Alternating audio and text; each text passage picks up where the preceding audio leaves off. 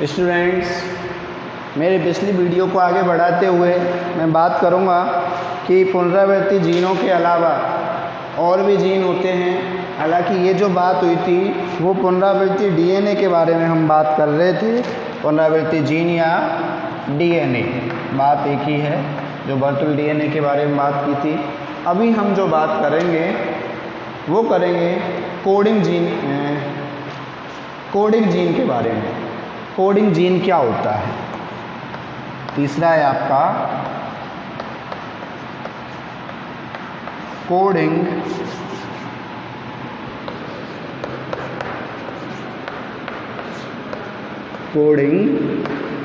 Gene, CODEING, coding gene. Coding gene में इसमें ई नहीं आएगा भाई, ING ही होगा। कोडिंग जीन से क्या मतलब है? ऐसे जीन जो प्रोटीन को क्या करते हैं, प्रोटीन को कोड करते हैं, ऐसे जीनों को हम क्या कहते हैं? Coding gene.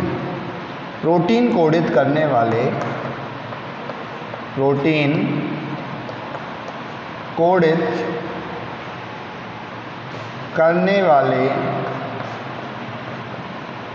प्रोटीन कोडित करने वाले लगभग सभी जीन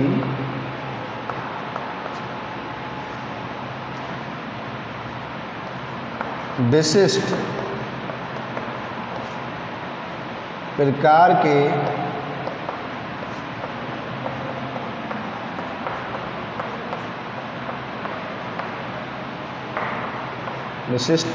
के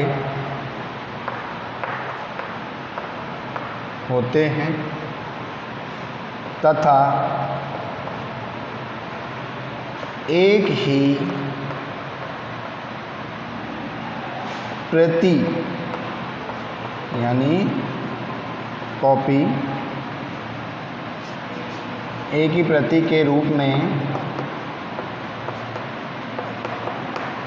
उपस्थित रहते हैं, परंतु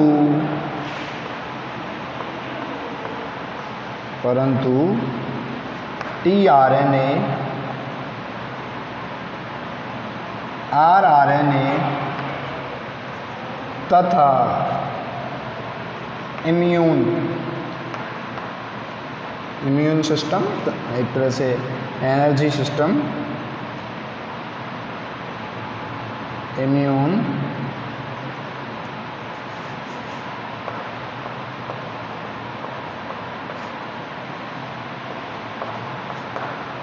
तंत्र में प्रोटीन्स के जीन एक से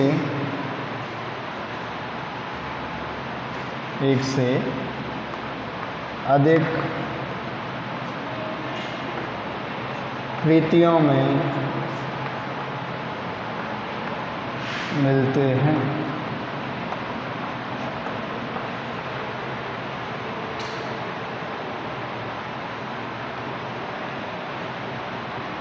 स्टूडेंट, कोडिंग जीन के बारे में हम बात करेंगे। कोडिंग जीन है वो एक तरह से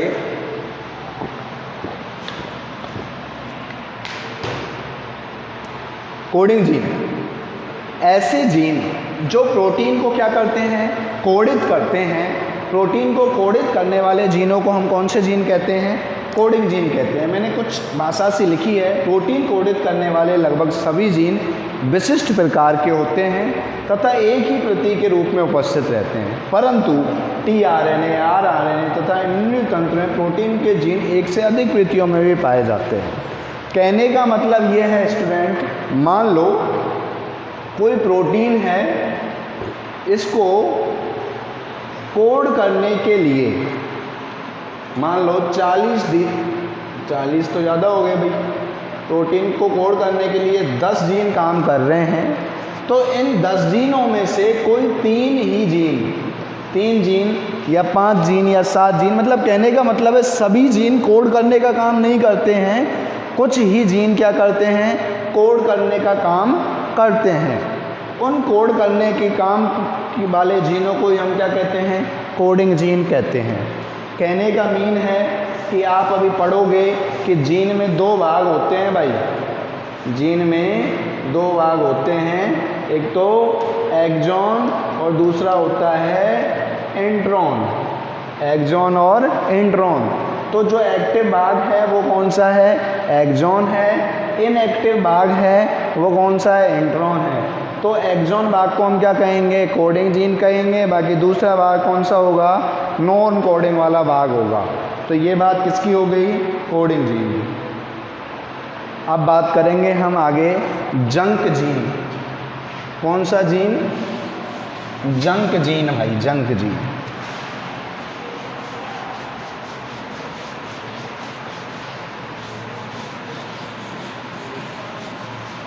इस जीन को मैं इधर लिख देता हूँ। तीसरा हमने पढ़ा था coding gene, coding gene, CODING, अब हम बात करेंगे चौथा जंक जीन। जंक जीन के बारे में हम बात करेंगे, JUNK।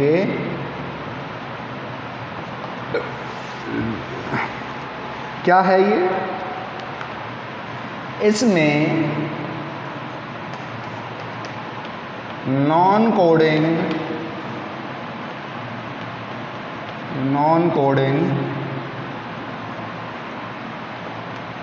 पुनरावृत्ति, नॉन कोडिंग पुनरावृत्ति जीन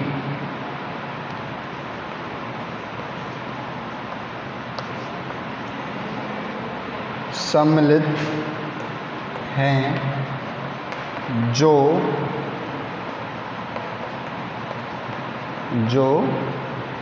प्रोटीन के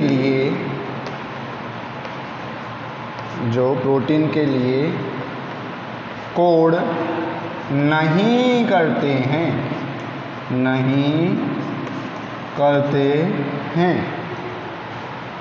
इनको अभी मैंने बात की थी थोड़ी देर पहले ही, इनको इंट्रॉन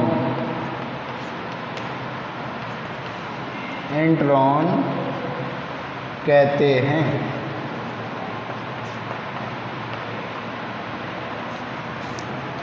स्टूडेंट्स, बात कर रहा हूँ मैं कि जंक जीन या non coding gene, junk gene या नॉन कोडिंग जीन। तो बात ऐसी है भाई, जो प्रोटीन को कोड कर रहा है, मैंने अभी बताया थोड़ी देर पहले कि जीन में 2 भाग हैं। कौन से 2 भाग, एक तो एक्सॉन भाग और दूसरा इंट्रॉन भाग, एक्सॉन इंट्रॉन। तो कहने का मतलब है जो कोड करता है वो तो कौन करता है भाई, एक्सॉन करता है, और कोड नहीं करने वाला भाग है वो कौन है, इंट्रॉन है। यानी कहने का मतलब है इन भागों से तो क्या बनेगी, प्रोटीन बनेगी, और इन भागों से प्रोटीन नहीं बनेगी। जिन भागों से प्रोटीन नहीं बन रही है उन्हें कहेंगे जंक जीन। कौन सा जीन, जंक जीन, जंग लग गई, काम ही नहीं कर रहा, जंक जीन। या फिर कौन सा भाग, नॉन कोडेड भाग। ऐसा है जो प्रोकैरियोटिक के अंदर, यूकैरियोटिक के अंदर बहुत ज़्यादा पाया जाता है। यूकैरियोटिक जीवों के अंदर ऐसा ज़्यादातर पाया जाता है। प्रोकैरियोटिक के अंदर तो कोई 99 पॉइंट में से 1.1% चांस हैं मिल जाए, लेकिन यूकैरियोटिक के अंदर ही ऐसी कंडीशन देखने को मिलती है। स्टूडेंट, आशा करता हूँ ये बात समझ आई होगी। अब मैं बात को आगे बढ़ाते हुए पहुँचता हूँ भाई, एक होते हैं हमारे स्यूडोजीन।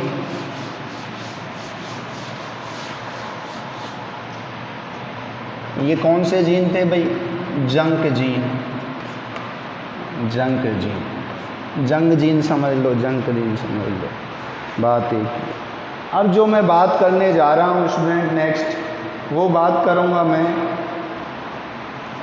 एक जीन है अपना 5वां स्यूडोजीन। स्यूडोजीन यह सक्रिय जीन की, यह सक्रिय जीन की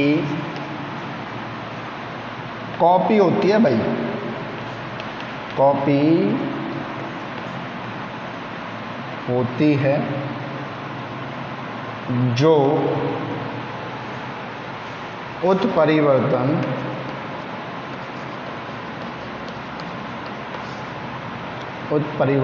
के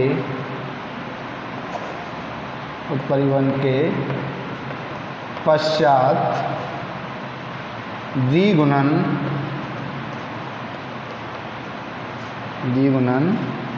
द्वारा बनती है। खास बात क्या है, यह क्रियाशील नहीं होते हैं। स्टूडेंट्स बात कुछ ऐसी है, यह सक्रिय जीन की क्या है, कॉपी। यह सक्रिय जीन की क्या है भाई, कॉपी है, जो उत्परिवर्तन के पश्चात द्विगुणन के द्वारा बनती है। कहने का मतलब है दिखने में तो कैसा दिखेगा, जैसे वास्तविक जीन है, वास्तविक जीन के समान दिखेगा, लेकिन ये वास्तविक जीन ना होकर उसकी कॉपी होगा, स्यूडोजीन होगा। देखने में तो कैसा दिखेगा, जीन, लेकिन वास्तविकता में जीन नहीं है, इसीलिए इस जीन को क्या बोल दिया, स्यूडोजीन, यानी झूठा, सच नहीं है ये जीन। देखने में ही जीन दिख रहा है लेकिन वास्तविकता में जीन नहीं है, इसको स्यूडोजीन बोलेंगे। ये क्रियाशील नहीं होंगे। एक जीन और है भैया जिसको हम आत्मघाती जीन कहते हैं। इसके अलावा एक और होता है आपका स्प्लिटिंग जीन। तो इनको मैं थोड़ा सा ऐसे ही बता देता हूँ ऊपर से। आत्मघाती जीन है जो एक तरह से बहुत सी प्रक्रियाओं को रोकने के लिए, उनको स्विच ऑफ करने के लिए एक तरह से मतलब प्रक्रियाओं को रोक देगा, प्रोटीन संश्लेषण की प्रक्रियाओं को रोक देगा। ऐसे जीन को हम क्या कहेंगे, आत्मघाती जीन। और दूसरा जीन है स्प्लिटिंग जीन, ये एक तरह से अपनी एक तरह से प्रक्रियाओं को बदलता रहता है, स्प्लिट करता रहता है। इस प्रकार से हमारे टोटल जीन हो गए कितने, 7 जीन हैं भैया।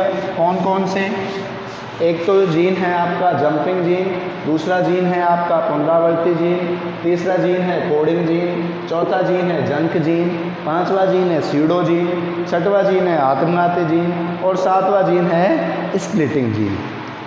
जीन की संरचना के बारे में हम नेक्स्ट वीडियो में पढ़ेंगे। आशा करता हूँ आपको ये बातें समझ आई होंगी। स्टूडेंट्स इस वीडियो को लाइक, शेयर एवं सब्सक्राइब करें। धन्यवाद।